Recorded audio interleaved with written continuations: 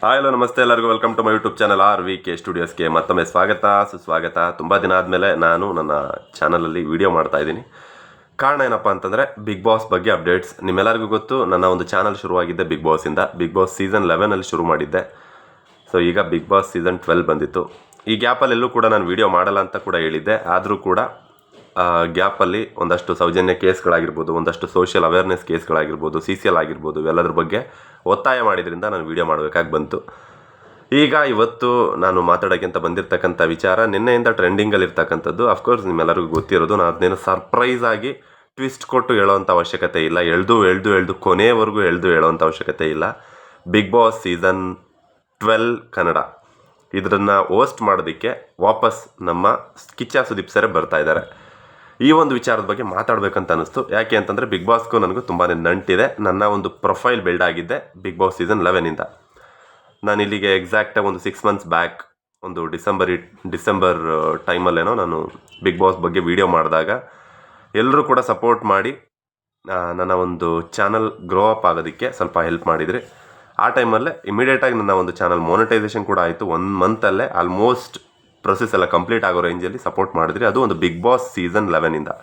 So ಅದಕ್ಕೋಸ್ಕರ big ಬಾಸ್ಗೂ ನನಗೂ ಒಂದು ಒಳ್ಳೆ ನಂಟಿದೆ. ನಾನು ಆವಾಗಲೂ ಹೇಳಿದ್ದೆ, ಪ್ರತಿ ಸೀಸನಲ್ಲೂ ನಾನು ರಿಲೇಟೆಡ್ ವೀಡಿಯೋಗಳು ಮಾಡ್ತಾ ಇರ್ತೀನಿ ಅಂತ. ಸೊ ಈಗ ಮಾತಾಡೋಕ್ಕೆ ಬಂದಿರೋಂಥ ವಿಚಾರ, ಲಾಸ್ಟ್ ಸೀಸನ್ ಮುಗಿದ ಮೇಲೆ ಕಿಚ್ಚ ಸುದೀಪ್ ಅವರು ವಾಪಸ್ ನಾನು ನೆಕ್ಸ್ಟ್ ಸೀಸನ್ನಿಂದ ಹೋಸ್ಟ್ ಮಾಡಲ್ಲ ಅಂತ ಹೇಳಿದರು. ಯಾಕೆ ಅಂತ ರೀಸನ್ ಕೇಳಿದಾಗ ಅವ್ರು ಹೇಳಿದ್ದು, ನಾನು ಯಾವುದೋ ಒಂದು ರಾಜ್ಯದಲ್ಲೋ ಯಾವುದೋ ಒಂದು ದೇಶದಲ್ಲೋ ಬೇರೆ ಬೇರೆ ಕಂಟ್ರಿಗಳಲ್ಲೋ ಹೋಗಿರ್ತೀನಿ. ವಾಪಸ್ ನಾನು ಶುಕ್ರವಾರ ರಾತ್ರಿ ಮತ್ತೆ ಫ್ಲೈಟ್ ಇಟ್ಕೊಂಡು ಇಲ್ಲಿಗೆ ಬರಬೇಕು. ಒಂದೇ ಒಂದು ರಾತ್ರಿ ಬಂದು ಎಷ್ಟೇ ಟಯರ್ಡ್ ಆಗಿರಲಿ, ಎಷ್ಟೇ ಒಂದು ನೋವುಗಳಿರಲಿ, ಎಷ್ಟೇ ಪ್ರಾಬ್ಲಮ್ ಆಗಿರಲಿ, ವಾಪಸ್ ಬಂದು ನಾನು ಇಲ್ಲಿ ಇಡೀ ದಿನ ನಿಂತು ನಾನು ಪ್ರೋಗ್ರಾಮ್ನ ನಡೆಸ್ಕೊಡ್ಬೇಕು. ಸೊ ಇದು ಹೇಳೋದಕ್ಕೆ ತುಂಬ ಸುಲಭವಾಗಿರ್ಬೋದು, ಬಟ್ ಅನುಭವಿಸಿರೋ ನನಗೆ ಮಾತ್ರ ಗೊತ್ತು ಈ ಕಷ್ಟ ಏನು ಅಂತಂದೇಳಿ. ನಾನೊಬ್ಬ ಅಫಿಷಿಯಲಿ ತುಂಬ ರೆಕಗ್ನೈಸ್ಡ್ ಆಗಿರ್ತಕ್ಕಂಥ ನಟ, ಎಲ್ಲ ಭಾಷೆಯಲ್ಲೂ ಗುರುತಿಸ್ಕೊಂಡಿರ್ತಕ್ಕಂಥ ನಟ ಆಗಿರೋದ್ರಿಂದ ನನಗೆ ತುಂಬಾ ಕಷ್ಟ ಆಗುತ್ತೆ. ಬಿಕಾಸ್ ನಾನು ಎವ್ರಿ ಮಿನಿಟ್ ನಾನು ಯಾವ ಒಂದು ಜಾಗದಲ್ಲಿ ಇರ್ತೀನಿ ಅಂತ ನನಗೂ ಗೊತ್ತಿರಲ್ಲ. ಅಷ್ಟೊಂದು ಶೆಡ್ಯೂಲ್ಸ್ಗಳಲ್ಲಿ ಬ್ಯುಸಿ ಇರೋದ್ರಿಂದ, ತುಂಬ ಕಂಟ್ರಿಗಳಿಗೆ ಓಡಾಡ್ತಾ ಇರೋದ್ರಿಂದ ನಾನು ವೀಕ್ಲಿ ಇಲ್ಲಿ ಎಂಟ್ರಿ ಕೊಟ್ಟು ಹೋಸ್ಟ್ ಮಾಡಿ ನಡೆಸ್ಕೊಡೋದು ತುಂಬ ಕಷ್ಟ ಆಗ್ತಾಯಿದೆ. ಸೊ ಆ ಒಂದು ರೀಸನ್ಗೋಸ್ಕರ ನಾನು ಬಿಗ್ ಬಾಸ್ ಸೀಸನ್ 12 ಮುಂದಿನ ಸೀಸನಿಂದ ನಾನು ನಡೆಸ್ಕೊಡ್ತಾ ಇಲ್ಲ ಅಂತ ಹೇಳಿದರು. ಸೊ ಅದೃಷ್ಟವಶಾತ್ ನಾನು ಆ ಟೈಮಲ್ಲಂತೂ ನಂಬಿರಲಿಲ್ಲ. ನೀವು ಆ ಟೈಮಲ್ಲೆಲ್ಲ ಕೇಳಿದ್ರಿ, ನೆಕ್ಸ್ಟ್ ಸೀಸನ್ ಸುದೀಪ್ ಅವ್ರು ಬರ್ತಾ ಇಲ್ವಲ್ಲ, ಅದ್ರ ಬಗ್ಗೆ ಏನು ಹೇಳ್ತೀರ ಅಂತ. ತುಂಬ ಕ್ಲಿಯರಾಗಿ ನನಗೆ ಗೊತ್ತಿರೋದು, ಫಸ್ಟ್ ಆಫ್ ಆಲ್ ನಾನು ಬಿಗ್ ಬಾಸ್ ಅಂದ ತಕ್ಷಣ ಆ ಒಂದು ಜಾಗದಲ್ಲಿ, ಸುದೀಪ್ ಸರ್ ಜಾಗದಲ್ಲಿ ಬೇರೆ ಯಾರನ್ನು ಕೂಡ ಇಮ್ಯಾಜಿನ್ ಕೂಡ ಮಾಡ್ಕೊಂಡು ನಾನು ಇವತ್ತಿನವರೆಗೂ ಇಮ್ಯಾಜಿನ್ ಮಾಡ್ಕೊಳ್ಳೋಕ್ಕೂ ಆಗಿಲ್ಲ. ತುಂಬ ಜನ ರಿಷಬ್ ಸರ್ ಅಂತ ಹೇಳಿದರು, ನಾನು ಅವರನ್ನು ಕೂಡ ಇಮ್ಯಾಜಿನ್ ಮಾಡ್ಕೊಳಕ್ಕೆ ಆಗ್ತಾಯಿಲ್ಲ. ಗೊತ್ತಿಲ್ಲ ಇವ್ರ ನಂತರ ಮುಂದಿನ ದಿನಗಳಲ್ಲಿ ಬೇರೆ ಯಾರೊಬ್ರು ಬರ್ತಾರಂದ್ರೂ ಕೂಡ ಬಹುಶಃ ಪಾಪ್ಯುಲಾರಿಟಿ ಕಡಿಮೆ ಆಗೋವಂಥ ಚಾನ್ಸಸ್ ಕೂಡ ತುಂಬ ಇರುತ್ತೆ. ಬೈ ಚಾನ್ಸ್ ಬೇರೆ ಯಾರಾದರೂ ಬಂದು ಚೆನ್ನಾಗಿ ಮಾಡಿಕೊಡ್ತಾರಂದರೆ ಅದು ಖುಷಿ ವಿಚಾರ. ನೆಕ್ಸ್ಟ್ ಈಗ ಮಾತಾಡೋಂಥ ವಿಚಾರ ಏನಪ್ಪ ಅಂತಂದರೆ, ಈಗ ಸುದೀಪ್ ಸರ್ ನಡೆಸ್ಕೊಡ್ತೀನಿ ಅಂತ ಹೇಳಿದ್ದಾರೆ. ಸೀಸನ್ 12 ಏನೋ ಒಂದಷ್ಟು ಮನಸ್ಸನ್ನು ಚೇಂಜ್ ಮಾಡಿ ಒಳ್ಳೆ ಅಭಿಮಾನಿಗಳಿಗೋಸ್ಕರ ನಡೆಸ್ಕೊಡೋದಕ್ಕೆ ಒಪ್ಪಿದ್ದಾರೆ. It's okay. ಇಲ್ಲಿ ಖುಷಿ ಪಡೋವಂಥ ವರ್ಗ ಯಾವುದು ಅಂತಂದರೆ ಬಿಗ್ ಬಾಸ್ ಸುದೀಪ್ ಸರ್ ಅಭಿಮಾನಿಗಳು ತುಂಬ ಖುಷಿ ಪಡ್ತಾ ಇದ್ದಾರೆ. ಆದರೆ ಬಿಗ್ ಬಾಸ್ನ ನಾನು ನಡೆಸ್ಕೊಡಲ್ಲ ಅಂತ ಹೇಳಿದಾಗ ವರ್ಷಕ್ಕೆ ಇನ್ಮೇಲೆ 2 ಸಿನಿಮಾ ಬರ್ತಾವೇನೋ ಅಂತ ನಂಬಿಕೊಂಡಿದ್ದಂಥ ಅಭಿಮಾನಿಗಳದೊಂದು ವರ್ಗ ಇತ್ತು, ಸಿನಿಮಾ ಅಭಿಮಾನಿಗಳು.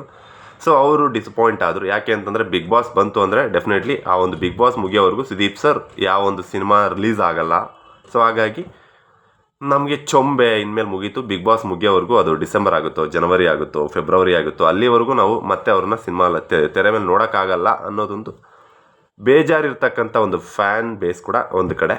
ಇವೆಲ್ಲದ್ರ ಮಧ್ಯೆ ಈಗ ಡಿಸ್ಕಸ್ ಮಾಡೋವಂಥ ವಿಚಾರ ಏನಪ್ಪ ಅಂತಂದರೆ, ಬಿಗ್ ಬಾಸ್ ಸೀಸನ್ 12 ಕನ್ನಡ ಇದನ್ನು ಹೋಸ್ಟ್ ಮಾಡೋರು ಯಾರು ಅಂತ ಗೊತ್ತಾಯಿತು. ಆದರೆ ಒಳಗಡೆ ಬರ್ತಕ್ಕಂಥ ಕುರಿಗಳು ಯಾರ್ಯಾರು ಅಂತ ಗೊತ್ತಿಲ್ವಲ್ಲ.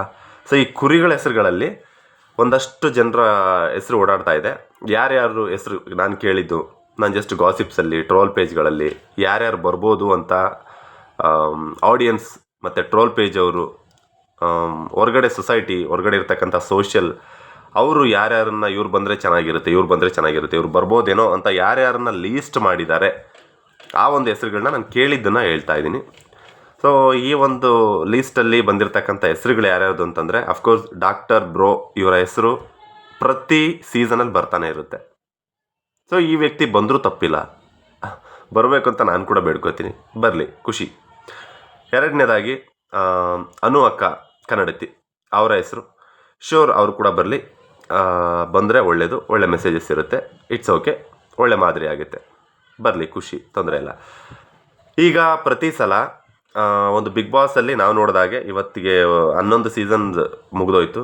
ಈ 11 ಸೀಸನಲ್ಲಿ ಅವರು ಪ್ರತಿ ಸಲ ತೊಗೊಂಡ್ಬರ್ತಕ್ಕಂಥ ಒಂದು ಪ್ಯಾಟ್ರನ್ ಯಾವ ರೀತಿ ಇರುತ್ತೆ ಅಂದರೆ, ಸೀರಿಯಲಲ್ಲಿ ಇರ್ತಕ್ಕಂಥ ಒಂದು ಕೆಟಗರಿ, ಸಿನಿಮಾಲಿರ್ತಕ್ಕಂಥ ಒಂದು ಕೆಟಗರಿ, ಆಮೇಲೆ ನ್ಯೂಸ್ ಚಾನಲ್ಗಳಲ್ಲಿರ್ತಕ್ಕಂಥ ಒಂದು ಕೆಟಗರಿ, ಅದಾದ ಮೇಲೆ UK ಮಂಗಳೂರು ಸೈಡ್ ಆಗಿರ್ಬೋದು, UK ಆಗಿರ್ಬೋದು, ಅಥವಾ ಮಂಡ್ಯ ಮೈಸೂರು ಸೈಡಲ್ಲಿ ಆಗಿರ್ಬೋದು, ಆ ಒಂದು ಭಾಗದ ಒಂದೊಂದಷ್ಟು ಜನ.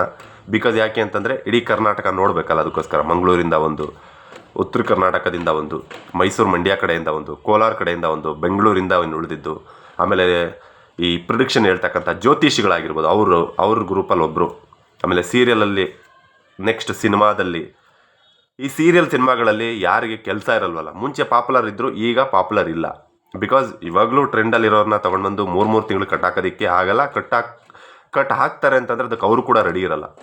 ಸೊ ಹಾಗಾಗಿ ಮುಂಚೆ ಹೆಸರು ಮಾಡಿ, ಈಗ ಸದ್ಯಕ್ಕೆ ಖಾಲಿ ಇರ್ತಕ್ಕಂಥ ಆರ್ಟಿಸ್ಟ್ಗಳು ಯಾರಿರ್ತಾರೆ ಸೀರಿಯಲ್ ಸಿನಿಮಾಗಳಲ್ಲಿ, ಅವ್ರನ್ನ ಎತ್ಕೊಂಡ್ಬರ್ತಾರೆ. ಈಗ ಆ ಒಂದು ಲೀಸ್ಟಲ್ಲಿ ಯಾರ್ಯಾರ ಹೆಸರೆಲ್ಲ ಓಡಾಡ್ತಾ ಇದೆ ಅಂತಂದರೆ, ಈಗ ಭರ್ಜರಿ ಬ್ಯಾಚುಲರಲ್ಲಿ ಯಾರ್ಯಾರು ಇದ್ದಾರಲ್ವ, ಅವರೆಲ್ಲರ ಹೆಸರು ಓಡಾಡ್ತಾ ಇದೆ.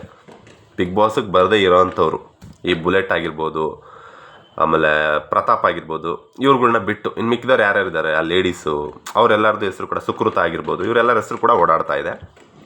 ಇನ್ನು ರೀಲ್ಸ್ಗಳಲ್ಲಿ ತುಂಬ ಜನರು ಹೆಸರುಗಳನ್ನ ಹಾಕ್ತಾ ಇದ್ದಾರೆ. ಅವ್ರು ಹಾಕ್ತಾ ಇದ್ದಾರೋ ಅಥವಾ ಇವರೇ ದುಡ್ಡು ಕೊಟ್ಟು ಹಾಕ್ತಾ ಇದ್ದಾರೋ ದೇವರನಿಗೂ ಗೊತ್ತಿಲ್ಲ. ಆ ಒಂದು ಲೀಸ್ಟಲ್ಲಿ ವರುಣ್ ಆರಾಧ್ಯ ಹೆಸರು, ವರ್ಷಾ ಕಾವೇರಿ ಹೆಸರು, ಆಮೇಲೆ ಸ್ಯಾಮ್ ಸಮೀರ್ ಹೆಸರು, ಡಚ್ಚು DV ಹೆಸರು, ನೆಕ್ಸ್ಟು ಇನ್ನೊಬ್ರು ಯಾರ ಹೆಸರು ಕೇಳ್ಪಟ್ಟೆ ನಾನು, ರೇಷ್ಮಾ ಆಂಟಿ ಹೆಸರು, ರೇಷ್ಮಾ ಆಂಟಿ ಜೊತೆ ರೀಲ್ಸ್ ಮಾಡೋವಂಥ ಅಂಕಲ್ ಹೆಸರು, ನಮ್ಮ ಮಂಜಣ್ಣನ ಹೆಸರು. ಸೊ ಇಷ್ಟು ಹೆಸರುಗಳು ಓಡಾಡ್ತಾ ಇದ್ದಾವೆ ಕಣ್ರಪ್ಪ. ಕಿಪಿ ಕೀರ್ತಿ ಹೆಸರು. ಇಷ್ಟು ಜನದಲ್ಲಿ ಯಾರನ್ನು ಹಾಕಬೇಕು ಅಂತ ನಿಮ್ಗನ್ಸುತ್ತೆ, ನೀವುಗಳೇ ಹೇಳ್ಬಿಡಿ. ಬಿಕಾಸ್ ಇಷ್ಟು ಜನದಲ್ಲಿ ಯಾರು ಬಂದರೂ ನನಗಂತೂ ಖುಷಿ ಇಲ್ಲ. ಬೈ ಚಾನ್ಸ್ ಬಂದ್ರಲ್ಲಪ್ಪ ಇವಾಗ ಏನು ಮಾಡ್ತೀಯಾ ಅಂತಂದರೆ, ಅಫ್ಕೋರ್ಸ್ ನಾನು ಬಿಗ್ ಬಾಸ್ ಬಗ್ಗೆ ಯಾವಾಗಲೂ ವೀಡಿಯೋ ಮಾಡಬೇಕಲ್ಲ, ನನಗೆ ಅವರು ಸೀರಿಯಸ್ಲಿ ಹೋಳಿಗೆಗೆ ಇನ್ನೊಂದಷ್ಟು ತುಪ್ಪ ಹಾಕದಂಗೆ ಇರುತ್ತೆ, ನನಗೆ ಹೆಲ್ಪ್ ಆಗುತ್ತೆ ಅಷ್ಟೆ. ಗೊತ್ತಲ್ಲ, ನನ್ನ ಬಿಗ್ ಬಾಸ್ ವೀಡಿಯೋಗಳು ಶುರು ಮಾಡಿದ್ರೆ ಯಾವ ರೇಂಜಲ್ಲಿ ಇರುತ್ತೆ ಅಂತ ನೀವೆಲ್ಲ ನೋಡಿದ್ದೀರ ಅನ್ಕೊತೀನಿ ಮುಂಚೆ.